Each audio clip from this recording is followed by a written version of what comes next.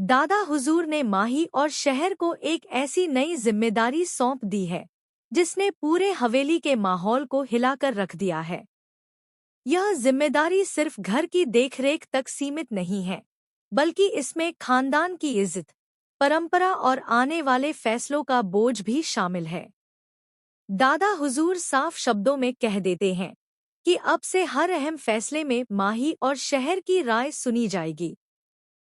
यह बात सुनते ही हवेली में मौजूद हर शख्स चौंक जाता है। जहां एक तरफ माही और शहर इस नई जिम्मेदारी को लेकर गंभीर नजर आती हैं, वहीं दूसरी तरफ हुस्ना की हालत खराब हो जाती है।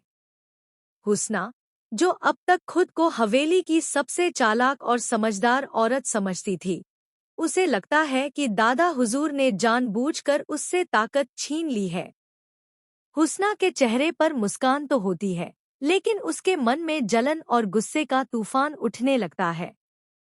दादा हुजूर अगला झटका तब देते हैं जब वह ऐलान करते हैं कि घर की सारी जिम्मेदारियां अस्थायी तौर पर हुस्ना को भी सौंपी जा रही हैं, ताकि देखा जा सके कि वह कितनी काबिल है। यह सुनते ही हुस्ना के होश उड़ जाते हैं। वह सोचती है कि यह उसका सुनहरा मौका है खुद को साबित करने का, लेकिन उसे यह अंदाजा नहीं होता कि यही चालाकी आगे चलकर उसी के लिए मुसीबत बन जाएगी। शहर, जो हर हालात को समझने में माहिर है, हुस्ना की हालत देखकर उसकी खुलकर तारीफ करती है। वह सबके सामने कहती है कि हुस्ना जैसी समझदार औरत ही इस जिम्मेदारी को संभाल सकती है। लेकिन शहर की आंखों में एक अलग ही चमक होती है, जैसे वह कुछ और ही सोच रही हो। साफ दिखता है कि शहर सिर्फ सीधी सादी नहीं, बल्कि हालात को अपने हिसाब से मोड़ना भी अच्छे से जानती है। इसी बीच कहानी में आता है सबसे बड़ा झटका। दादा हुजूर शहर को अपने पास बुलाते हैं और उसे खानदानी गहनों की जिम्मेदारी सौंपते हैं। ये गहने सिर्फ कीमती नहीं है, बल्कि इस खानदान की पहचान है। शहर इन गहनों को संभालकर अपने कमरे में रख देती है, लेकिन उसी रात कुछ ऐसा होता है जिसकी किसी ने कल्पना भी नहीं की होती।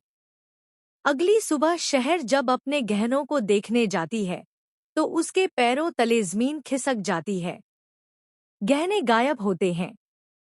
शहर की हालत खराब हो जाती है, उसकी आंखों में आंसू आ जाते हैं। उसे समझ नहीं आता कि इतनी कड़ी सुरक्षा के बावजूद गहने कैसे चोरी हो सकते हैं। पूरे घर में हड़। लेकिन कहानी यहीं खत्म नहीं होती। शहर जब खुद को संभालती है, तो उसे अपने वार्डरोब के पास जमीन पर पड़ा एक झुमका दिखाई देता है। यह झुमका किसी और का नहीं, बल्कि नाजिमा का होता है। बस यहीं से शहर के दिमाग में शक की घंटी बजने लगती है।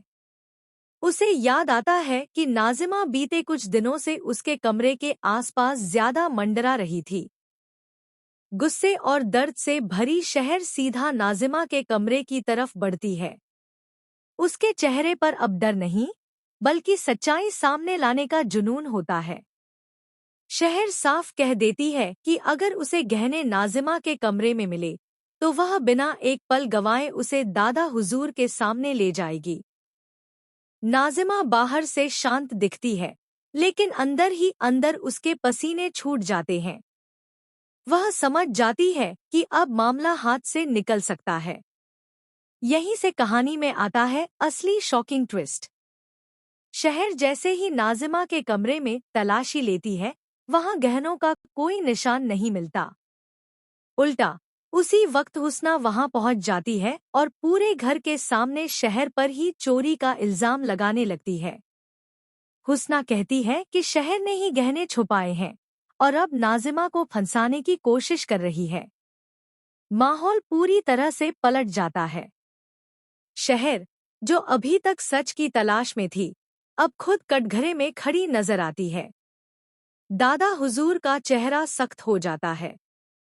वह शहर से सवाल करते हैं और शहर पहली बार खुद को बेबस महसूस करती है। लेकिन यही कहानी एक और करवट लेती है। शहर अचानक एक ऐसा सबूत निकालती है जो सबको हिला देता है। वह बताती है कि झुमके के साथ उसे एक और निशान मिला था, जो सीधे सीधे किसी बड़े साजिश की ओर इशारा करता है। सवाल यह है कि क्या यह साजिश सिर्फ नाजिमा की है या इसके पीछे कोई और बड़ा चेहरा छुपा है? अब आने वाले एपिसोड्स में यह देखना बेहद दिलचस्प होगा कि क्या शहर खुद को बेगुनाह साबित कर पाएगी या फिर हुस्ना और नाजिमा की चालाकी उसे पूरी तरह फंसा देगी। क्या दादा हुजूर सच्चाई पहचान पाएंगे या फिर खानदान की इज्जत के नाम पर एक और नाइंसाफी होगी? तो दोस्तों, शहर का आने वाला ट्रैक ड्रामा, साजिश और शॉकिंग ट्विस्ट से भरपूर होने वाला है। आप हमें कमेंट्स में ज़रूर बताइए कि आपको यह ट्रैक कैसा लग रहा है और आपकी नज़र में असली गुनहगार कौन है। टेलीविज़न की हर लेटेस्ट और एक्सक्लूसिव अपडेट के लिए हमारे